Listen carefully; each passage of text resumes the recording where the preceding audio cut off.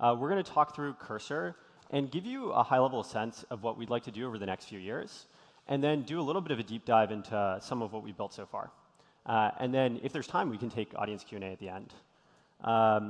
And so here on the first slide, this is to set up kind of the problem that we're nerd sniped by, which is what does programming look like in the age of AI?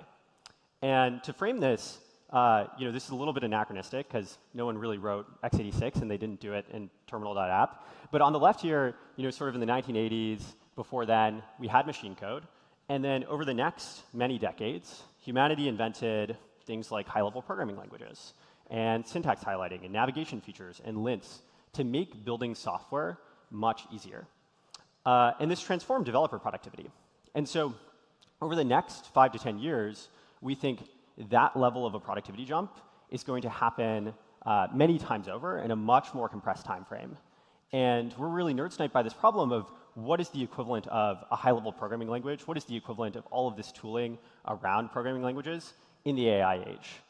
And so just to frame the problem and talk a little bit about how some other folks are thinking through it, I think that in the popular discourse, there are kind of, by and large, 2 ways people are approaching the problem of how does AI affect programming. One is this kind of agent approach, which seems to advocate for programming kind of goes away, ceases to exist as kind of a high-level profession. Anyone can build software. And mostly the way we build software will be through PRDs or chat messages that then get turned into code bases or big code changes. And then on the other side of things, there are folks who are building really useful plugins to existing coding environments and are kind of nipping at the edges of we can make Ghost Text autocomplete better, and we certainly can. And we can optimize the developer experience in little ways. And to contrast this with how we're thinking through the problem, we think that programming is still going to exist in 5 years. It will still be a profession. Programmers will still be paid a lot of money. It will still be a technical discipline. But it's going to change a ton. And it's not going to demand just a plugin to an existing coding environment. It's going to demand an entirely new tool for doing software engineering. And so this focus on really pushing the ceiling of the amount of work the tool can take on while keeping the programmer in the driver's seat is our focus as a company. And so to talk through a little bit what we've built so far. So we've built, our product is called Cursor.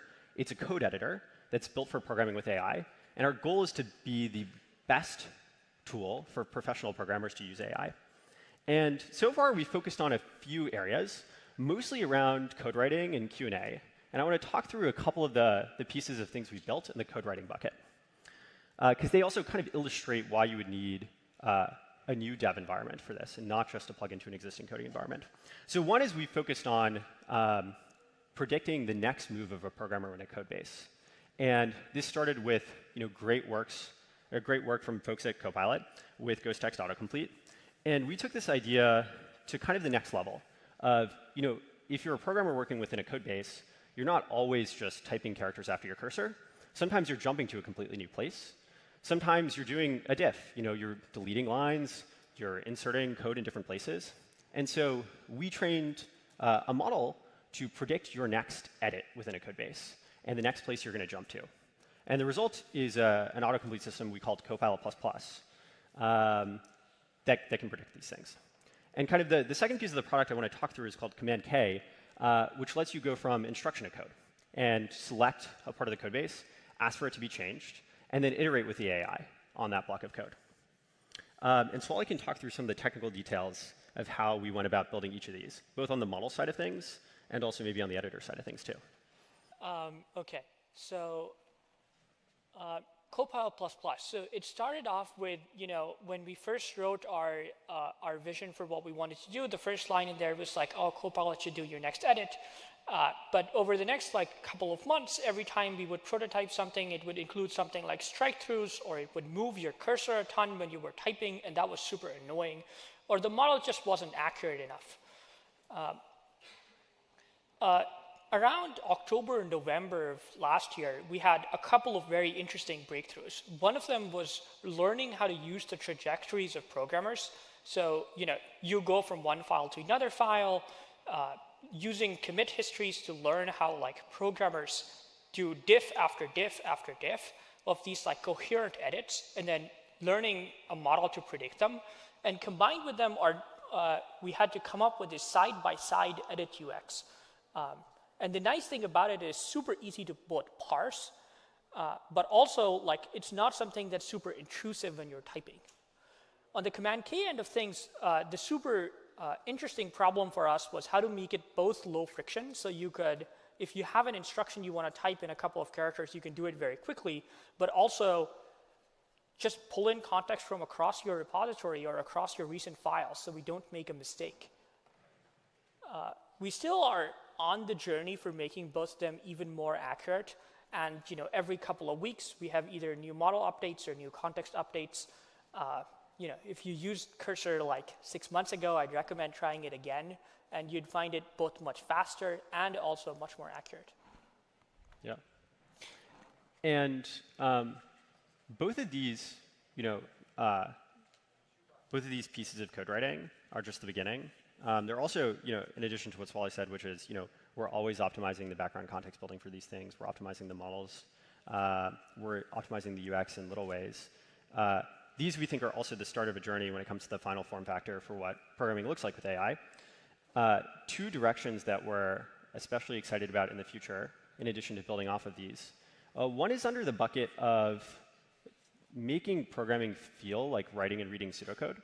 And so you're already seeing the right side of things here, where now the keystrokes people are typing in their code editor are not really corresponding to Go and Rust and TypeScript. People are writing things that are much more terse and kind of look a little bit like gibberish, and they're getting expanded into code by the diff-based autocomplete. Or they're writing, higher level instructions, and they're getting turned into code changes by Command K. And then on the read side of things, one thing we're experimenting with is, are there times when it makes sense to trade off the formalism of a real programming language with concision? And sometimes it might make sense to give the programmer kind of a slider that lets them control the level of abstraction of the code base that they're looking at, and lets them look at something that looks a little bit more like pseudocode, and lets them both read and use that for navigation, and then also edit that and have the changes get made down at the source code by the AI. And so this idea of still giving programmers control, both control over the level of abstraction and also letting them gesture at specific instructions in a code base instead of stepping back and having to write something like a PRD, which is very divorced from the code, is an example of one of the things, sort of the idea space that we're really interested in. And then another bucket that we're super interested in for the future is letting the AI do kind of constrained tasks in the background. Like I mentioned before, there's a lot of interest in agents having bots do things end-to-end, use tools, maybe go from a PRD to an entire code base or a big set of code changes. We think that for professional programmers, for a long time, the tech's going to need to progress before we can really talk about end-to-end automation of PRs. And instead, in the meantime, the way that this technology is going to be deployed is you're going to really constrain what the AI can do. Write the interface for a method or a class and ask the AI to go implement that. And then you can go use that method or class yourself. But give the AI more of a latency budget, 5 minutes to go implement that stuff instead of the 10, 15 seconds that are required if you're working with it in the loop. And have a constrained agent go and work on that code. And already, both here on the pseudocode side of things and especially on the constrained background agent side of things, we have internal experiments that look very promising. And so maybe to talk a little bit through kind of some of the tech aspects of what's been required of us to build both Copilot++, Command K, these next action prediction and instruction to code respectively features, and then also the Q&A and chat and debugging features that we've built so far. A lot of tech has been required to kind of do this vertically integrated full stack AI product. So as Sualeh mentioned, we've done a lot of work on the next action prediction model that's powering Copilot++. The way that started was, we started by trying out-of-the-box models on this idea of predicting the next action that a user is going to take in a code base. And the problem was the models weren't that accurate, they were expensive, and they were slow. And so we started with having small curated data sets and doing a parameter efficient fine-tune to take some of the out-of-the-box models and make them better at this objective. And then we went even further, and we started to get the open source models to be good at this objective.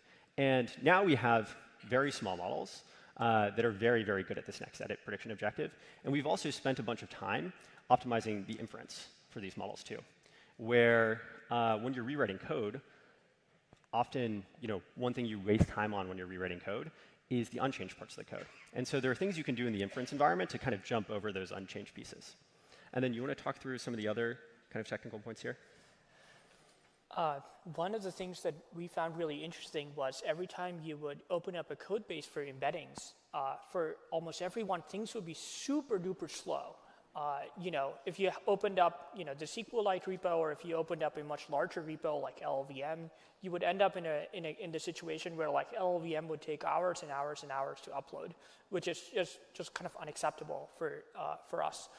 So we had to build a very performant, file syncing engine that sort of syncs embeddings across the server.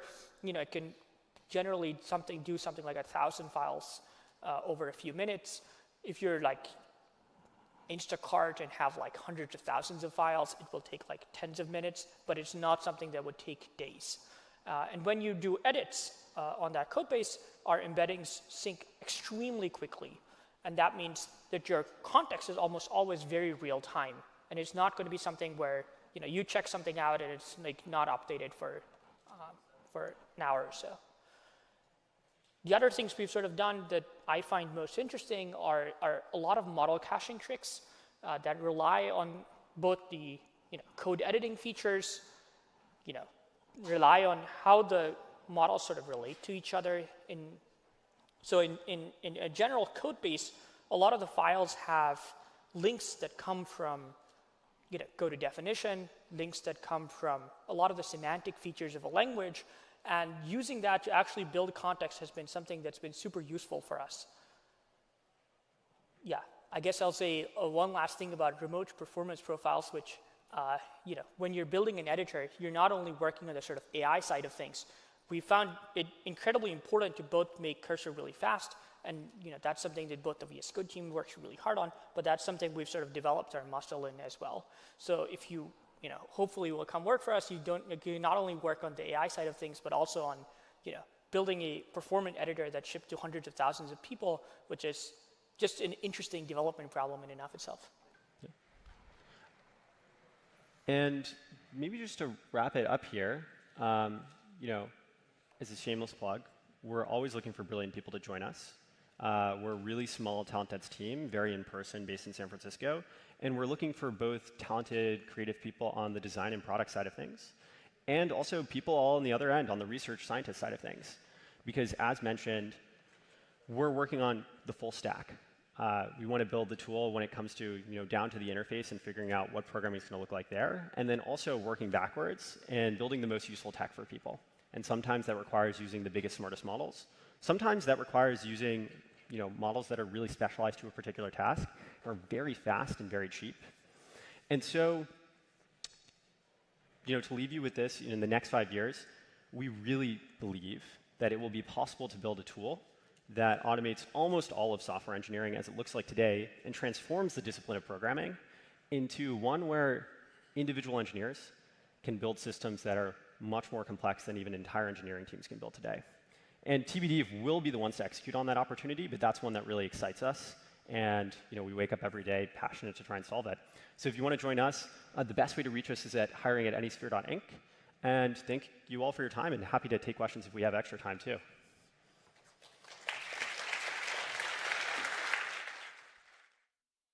Mic back. Thank you. Thanks so much, guys, for going through that. Yeah, we do have, I think, 3 minutes-ish left for Q&A. Oh, we have one already here in the front. OK, I will.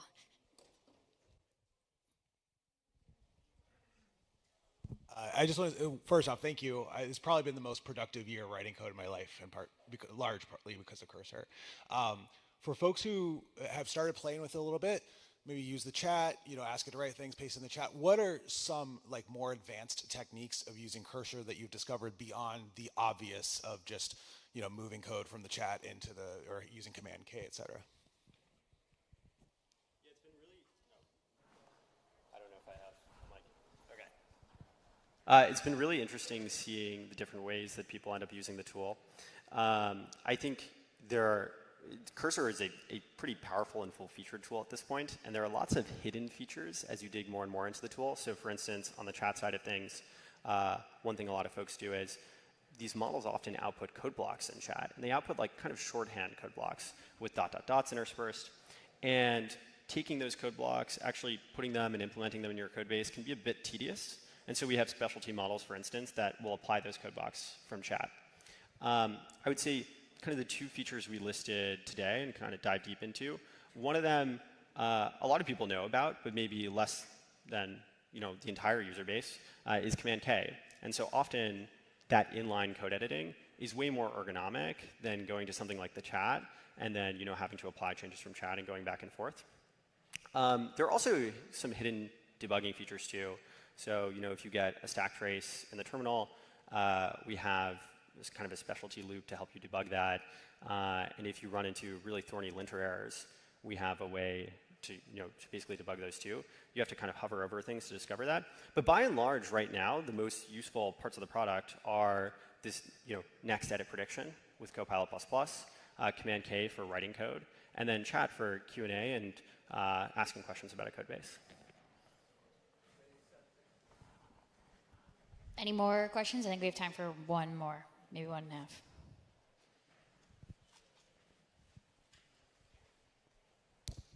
Again, some work on the product. My question is, do you run like personalized models?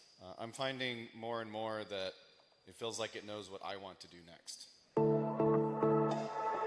Hello. Oh, OK, my mic is enabled. We've done a ton of work on the context building side of things.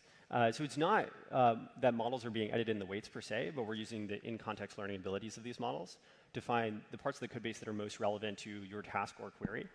And that goes into both the next action prediction, next edit prediction side of things, where we're looking at your revision history and we're trying to figure out the next thing you're going to do. So if you're in the middle of a refactor, that model's really good at figuring out, hey, out of the last 200 lines you changed, what were the most important 15 that gives me a sense of your intent? And ditto for chat and Command K, it's figuring out the parts of the code base, the building blocks that are most relevant for writing the code you want it to write or answering the question that you have. For the future, one thing I'd like to comment on is sort of a nerd snipe would be two problems we're very interested in the sort of personalization end of things. Is one of them is, can we run some sort of agentic loop in the background that's building context for you while you're asking questions? And then the second problem that we're really interested in, can we make a model learn your code base? So if you have research ideas for actually learning a really large code base, in which case you might be sort of start getting inaccurate when you do retrieval, and we're super interested in if you have ideas.